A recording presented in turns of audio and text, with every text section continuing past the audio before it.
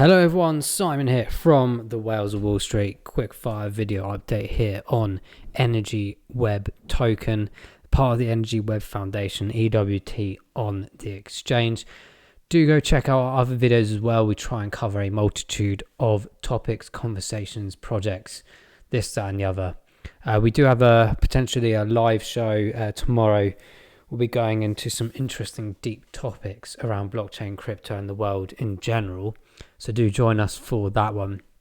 But today, as I said, Energy Web. Those that don't know much about Energy Web can go indeed onto our intro videos of this particular project. It's one of my favorite. It's one I've been bagging up a lot of over the last year or so. Certainly more recently, and we'll go into that part of the topic shortly into the charts when we've gone through a couple of reminders as to why we're so interested in energy related tokens, and especially the likes of Energy Web, who are one of the key ones when it comes to the World Economic Forum, the integration of things like the European Commission, as well as the things that they're doing over across the whole entire world actually right now. Big companies, big partnerships like a Vodafone, Mobi, Blocks, Move. You've got people also in various different foundations that are involved as well. So there's loads of really cool stuff, even the likes of I think EDF as well, Shell definitely partnering with these guys already. I wanted to pick up a point, guys, a few bits of statistics to understand the mechanism of blockchain, carbon credits, energy consumption in general across the world over the next few years. Blockchain is essentially developing into a phase now of Web3 energy, carbon credit trading. This is the ability of removing, if you like, the existing intermediaries between yourself, your energy company, and where they buy the energy, i.e. the credits from the sources of these energy factories, plants, panels, whatever they may be. You as consumers right now are paying the price of a multitude of different factors. Of course, they are mentioning about what's going on over in the situation. I'm not going to mention the names, we'll probably get kicked off YouTube or something, but we know what's going on. A lot of the prices in energy and fuel are being blamed on this, and it's not factually true. Here in the UK, a lot of our energy comes from the North Sea and other areas around the UK. So there's an argument to say, well, why is this affecting us? But then, of course, you have to understand the supply and demand model across the world. We've had two big things as well. We've had the pandemic also in the last couple of years. Since that has come out, we have then had the increase in demand of fuel. For example, people going back to work over the last year and a half. The supply was not there because the demand was not managed properly. And in the grand scheme of things, of course, people weren't able to predict the situation, how long it was going to last, this, that, and the other. But regardless, this brings back the point about transparency and utilizing something like blockchain with automation, algorithm, data-driven information to determine things in the future trends and the now. So we talk about the future things, guys. Electric cars obviously being huge right now, especially with the fuel prices rising and rising.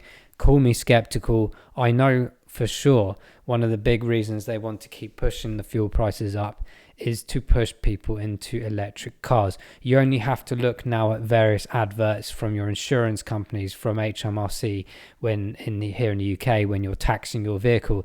All the banners are everywhere. Go and get an electric car, buy an electric car, blah, blah, blah.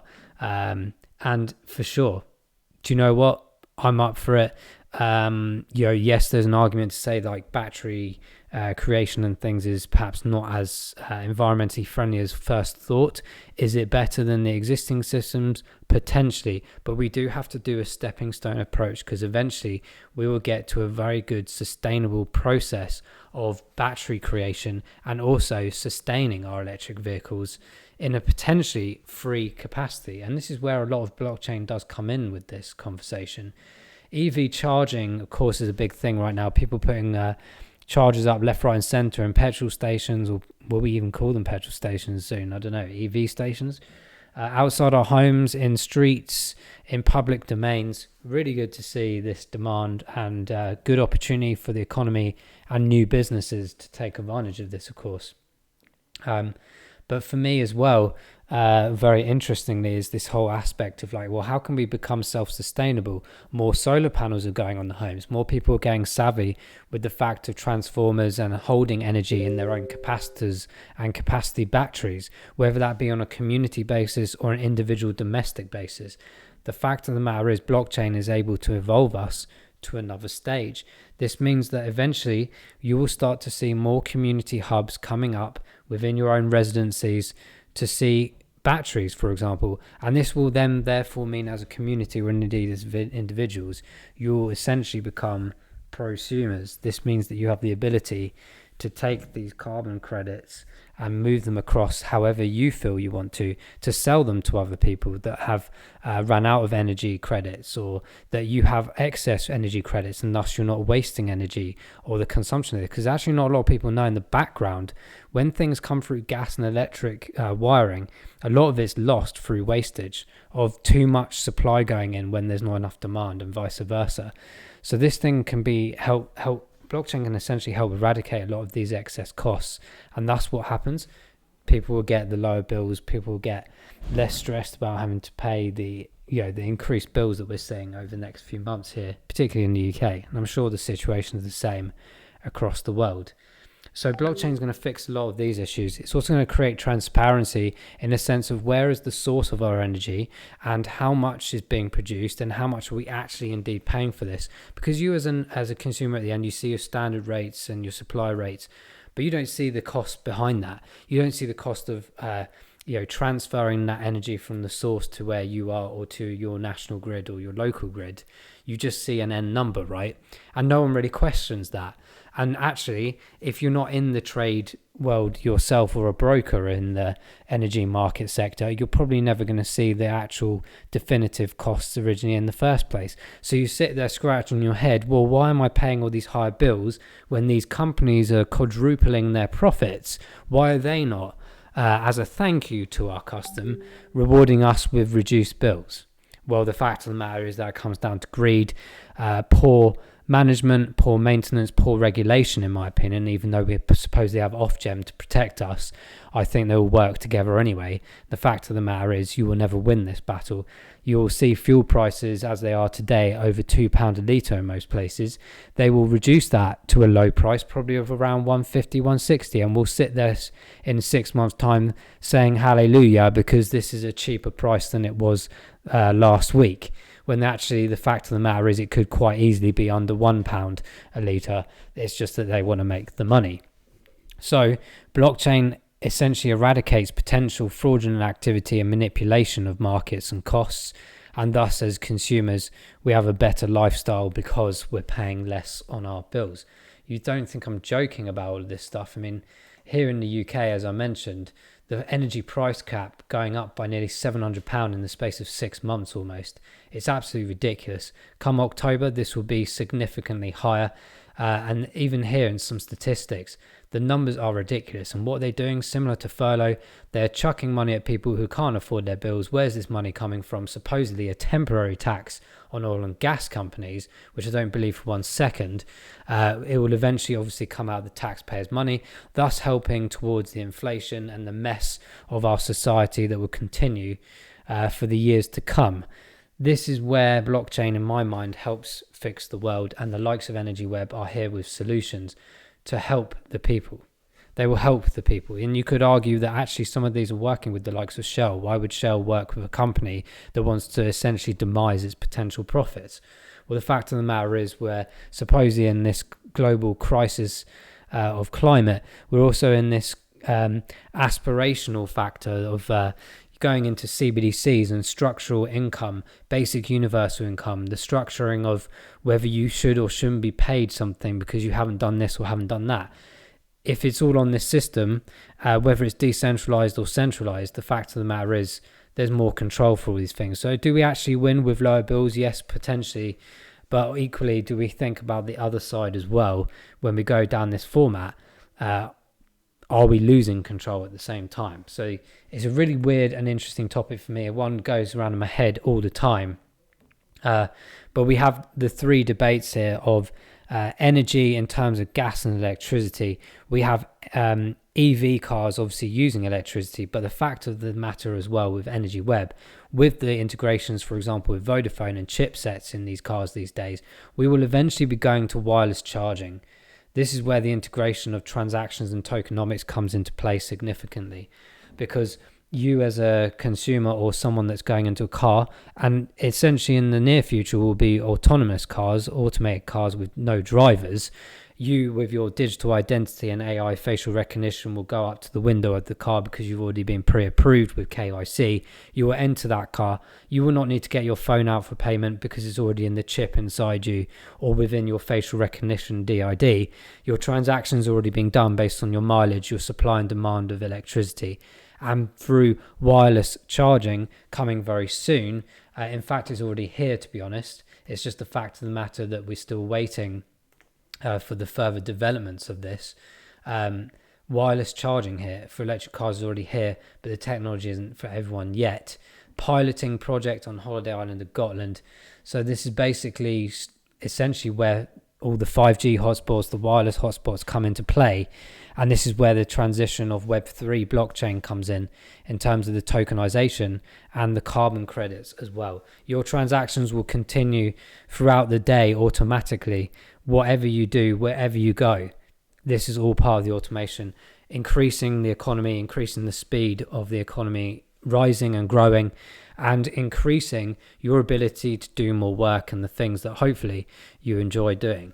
This is why I'm excited about blockchain. It's why I'm excited about the energy sector in blockchain. There's a multitude of different projects. Some of them we cover, like Power Ledger, for example. We've done a few videos on the likes of WePower and a couple of other ones.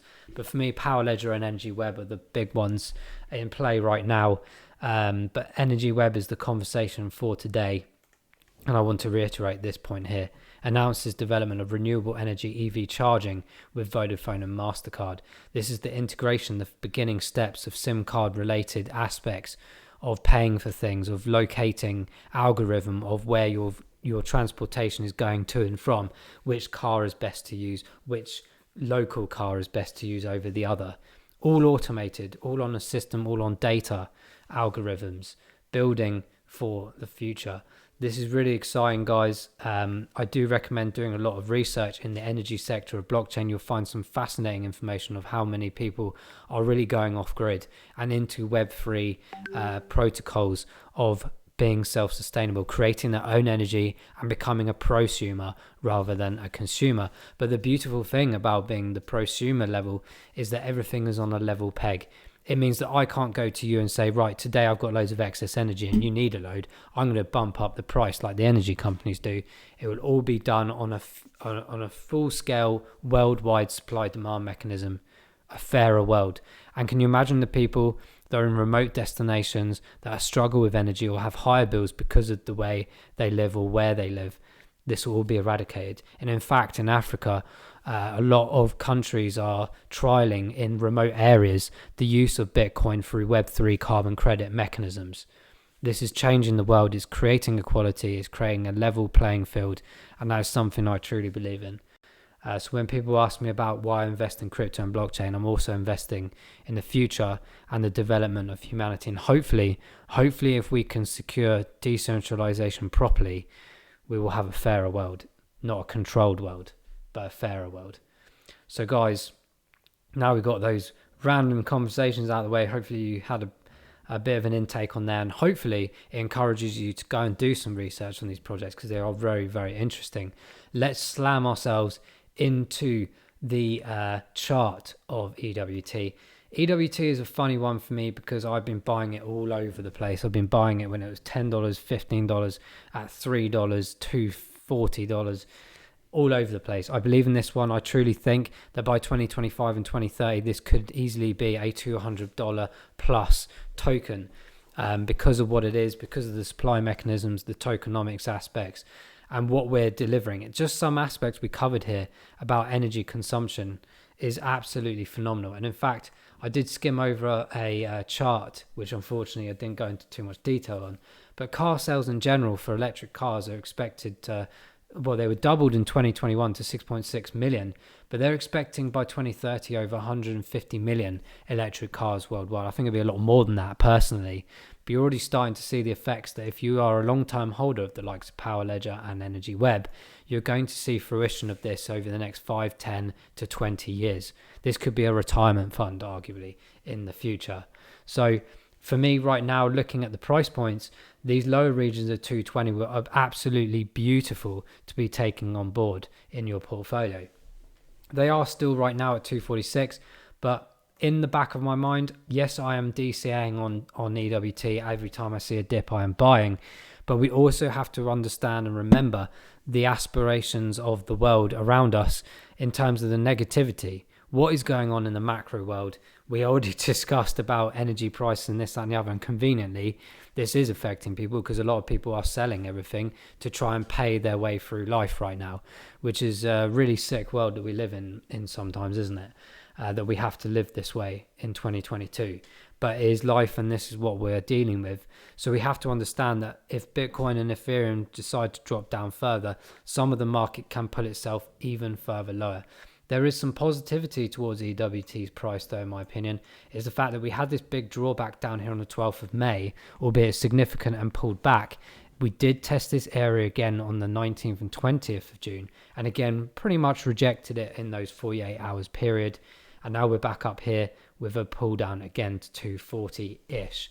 So we've already rejected this fib level. We're back up to this one, but I do anticipate us to test these regions again because historic data just simply isn't enough, in my opinion, to warrant the fact that we are stable here and we need to go on.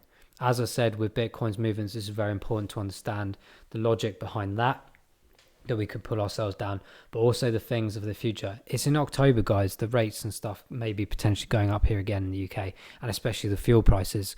So we have to understand that this is very near Christmas as well. What do people do with their money? From a retail investor perspective, it's a big effect, right? If you're an institutional level, it probably doesn't matter too much. They just accumulate regardless, but in small quantities, so much so that the charts don't go up massively and we start a new bull run because they're not finished yet.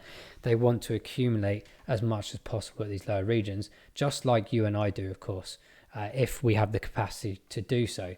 Never invest more than you can afford to lose. It's very important, especially in this world, this economy. Who knows what's around the corner? For me, this money is lost in the back of my mind when I put money into crypto. It's not something I worry about because it's just done, but I'm still strategic with it. I wouldn't go, I've just been paid, I'm going to chuck a load of thousands of pounds into this. You do have to be strategic. So EWT is no different. And we do also need to look at these indicators as well. We're in a bullish momentum. The buying is fading off here. We had this big intake here in the region of May pretty much and slightly into June. We had a bit of a sell-off. You're seeing a pattern like this across the board, to be honest, in the market. People are just holding, basically. They've had their selling big opportunities. And I think people are just now like, there is no point me selling. I'm at a loss. You have to wait for it to come back up and accumulate when you can, which is what we see right here.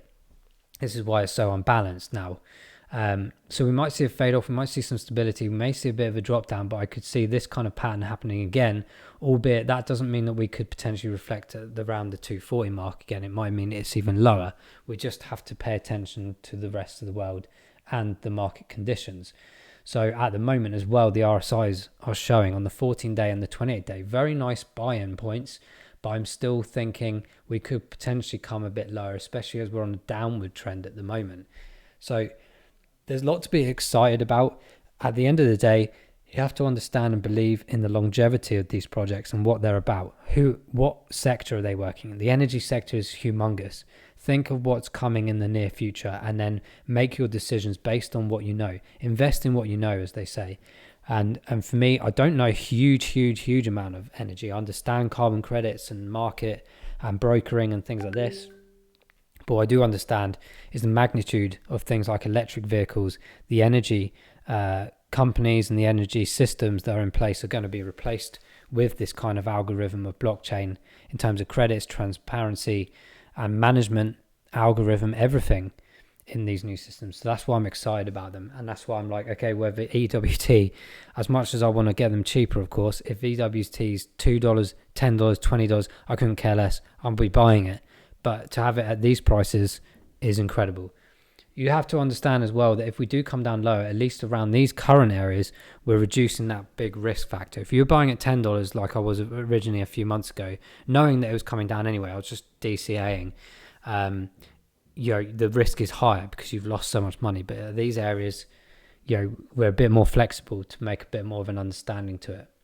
There's a couple other points before we wrap this video up. On the 1 week and the monthly, they're in negative, but look at that, the numbers are reducing slowly but surely. This is really nice to see. The 6 months and the 3 months are still quite high, not as high as many of the other projects, but is showing that perhaps in a few months time we may be in a really good position after buying from these areas. And that's when I look at particularly these sort of 90-day and 28-day areas, and sometimes on longer scales, to showcase the fact that actually these buy points here on the RSI indicators are showing good entry points for those future areas. We'll have to see. Nothing is guaranteed, but all we can do is arguably speculate, but use things like this data to speculate in a more accurate-ish fashion. So hopefully that makes sense, guys. There's some big things ahead for EWT in the energy sector and blockchain. I hope you understand some of that. Like I said, do go research yourselves, please. And do drop in the comments as well. If you have any questions about the energy sector or blockchain in the energy sector, let me know. And also throw in your comments. If you know something I don't about all of this, chuck it in there. Even if it's about partnerships, about blockchain and energy, about Shell or whatever it is, let me know. Let me know if you're annoyed with the bills like I am. This is what it's about. It's trying to force this new system through so we can have better lives. Guys, thank you so much for watching. Hopefully we will all see you in the next EWT video very soon. Bye bye.